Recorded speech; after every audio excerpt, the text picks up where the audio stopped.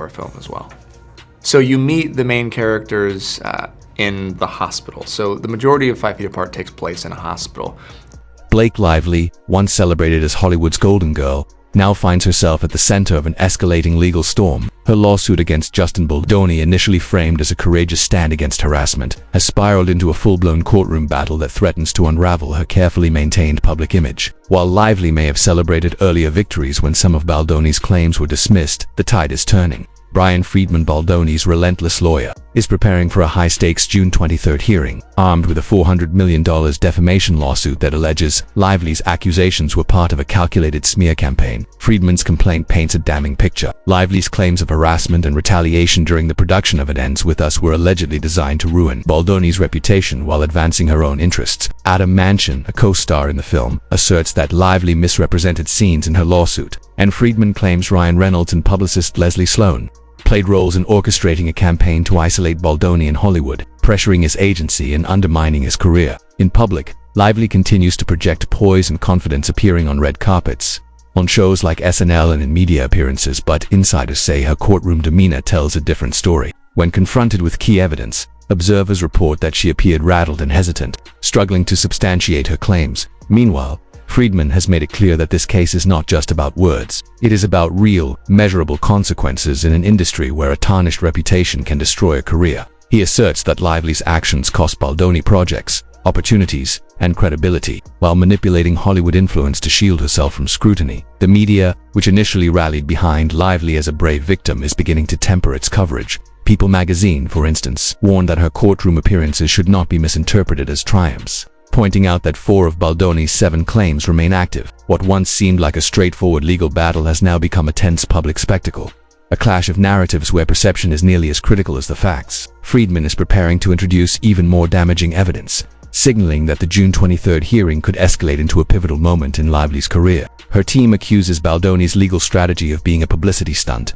but Friedman counters with meticulously documented claims of a broader scheme. This isn't just a legal fight, it is a battle over public perception, power, and the way Hollywood protects its stars. As the case unfolds, the contrast between Lively's composed public persona and the unraveling legal reality grows starker. The courtroom drama exposes not just potential personal failings but also the systemic vulnerabilities of an industry where influence can sometimes outweigh truth. For Lively, the coming weeks will determine whether she can maintain her polished image, or if the courtroom revelations will completely dismantle the narrative she has spent years cultivating. It's been just a day since the news broke that Justin Baldoni's initial lawsuit against Blake Lively was dismissed. While Lively may have celebrated, Baldoni's legal team, led by the formidable Brian Friedman, is far from done. They are preparing to refile by June 23rd, this time emphasizing alleged threats from WME clients and Lively's alleged onset actions. If Friedman's past courtroom maneuvers are any indication, a seismic shift is on the horizon, and the battle is far from over. This is no ordinary lawsuit. It reads more like a Hollywood thriller than a legal case. For Lively, the cracks in her public image are starting to show. Allies like Salma Hayek have faced scrutiny over their ties to Lively, and even her sister Robin's decision to sell personalized messages on Memo has raised eyebrows, casting a shadow over Lively's carefully curated public persona. Meanwhile, Baldoni's strategy has been methodical and precise. Friedman has combined legal expertise with hard evidence to shift public opinion, portraying Baldoni not as the villain but as a victim of Hollywood's manipulative power dynamics. The courtroom has become a stage where reputations are made or broken. Lively's struggle to maintain composure under Friedman's relentless scrutiny has been striking, with some observers describing her demeanor as cracking under pressure. As the June 23rd deadline approaches, the legal drama intensifies. Baldoni's countersuit is not just a defensive move, it is a declaration of war.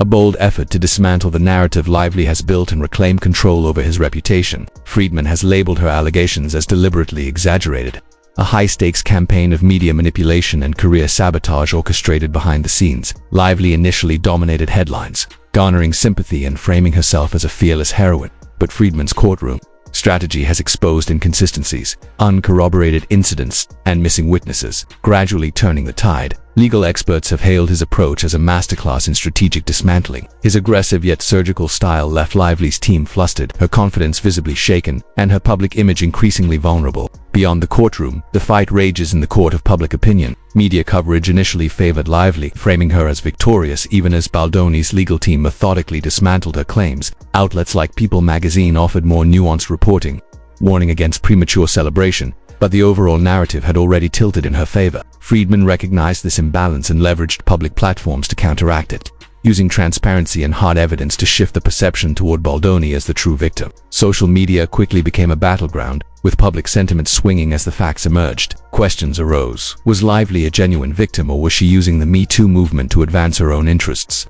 As Lively abandons key claims, including those pertaining to emotional distress, the case inches closer to its next pivotal chapter. Baldoni and Friedman are driving the narrative now, reshaping it with precise evidence, damning documents, and courtroom revelations that continue to unravel Lively's version of events. The June 23rd hearing promises more explosive developments, as both legal teams prepare for what may be the most consequential moments of the entire saga. This Hollywood legal drama is far from over. It has evolved into a multi-layered story about power, media influence, and reputation in Tinseltown, a cautionary tale that demonstrates how public image can be as fragile as it is curated, and how a carefully constructed narrative can quickly unravel under relentless scrutiny. For Lively, the coming weeks may determine whether she retains her Golden Girl image or succumbs to a legal and public relations storm she may not be able to withstand.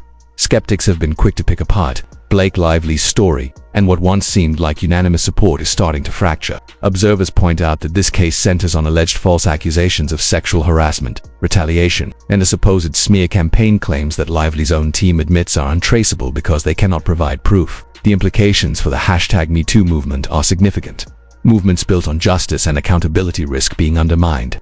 When high-profile cases blur the line between genuine victims and opportunists, Hollywood must take a hard, honest look at how it handles situations like Lively versus Baldoni if it wants to maintain credibility. This isn't just a dispute between two actors, it's a broader commentary on media integrity, public accountability, and the reliability of narratives that shape culture. And the saga keeps growing more complicated. Blake's sister, Robin Lively, unexpectedly entered the story by selling personalized messages on Memo for $45 each. While Blake navigates a high-profile lawsuit, her sister's side hustle has drawn widespread attention, prompting questions about the optics and intentions behind it. Is this a quirky entrepreneurial move, or a sign of deeper family or financial tension? Either way, it adds an odd, almost surreal layer to an already tangled legal drama, casting the family in a spotlight they may not have wanted. Meanwhile, Baldoni's legal team is far from idle. With 4 claims still active and the June 23rd deadline approaching, the stakes are higher than ever.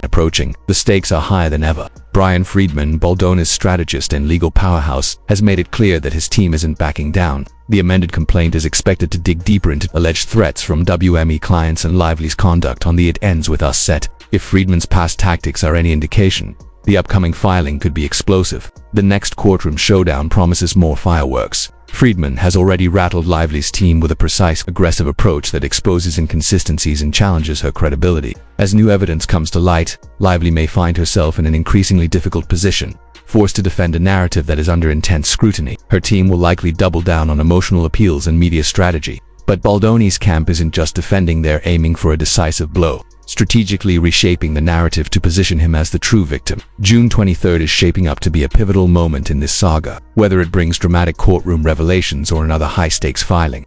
One thing is certain: this case isn't losing momentum. For the public, the drama is about more than just legal strategy. It's a window into Hollywood's power dynamics, media influence, and the fragility of carefully constructed reputations. This story is far from over, and the next chapter promises to be just as compelling, complicated, and controversial as what has come before.